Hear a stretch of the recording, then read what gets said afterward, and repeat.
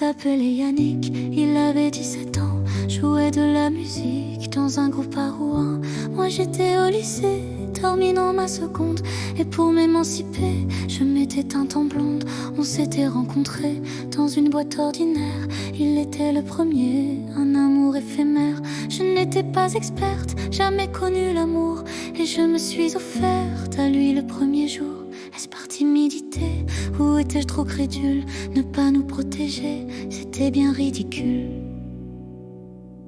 Être mère quand on n'a que 15 ans, c'est se changer en femme avec un cœur d'enfant. Être mère quand on n'a que 15 ans, c'est oublier ses rêves pour devenir maman. Je devais faire un choix, le plus dur de ma vie. Avorter est un droit, j'en avais nulle envie. Yannick m'a oublié, je ne l'ai jamais revu. 9 mois sont écoulés et tu es apparu. Le plus beau des bébés, le plus beau des présents. Oublier ces instants de solitude passée, grand instant de bonheur, mais aussi de tourment. Quand je pense à l'ampleur de ce qui nous attend, il me faut concilier lycéenne et maman, savoir tout partager, travail et sentiment.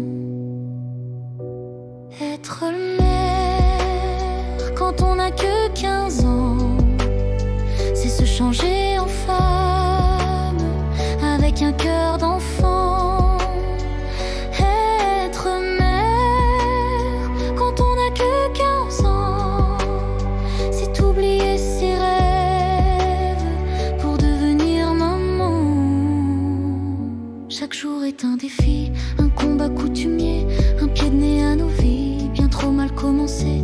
Bien sûr c'est difficile d'apprendre à être mère, il serait puéril de nier le contraire. Mais j'ai la volonté, me levant le matin, de me battre et gagner pour forger son destin. Et malgré les embûches, j'avance à ma manière.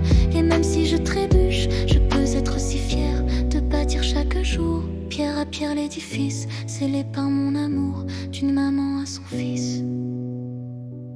Être mère quand on n'a que 15 ans, c'est se changer en femme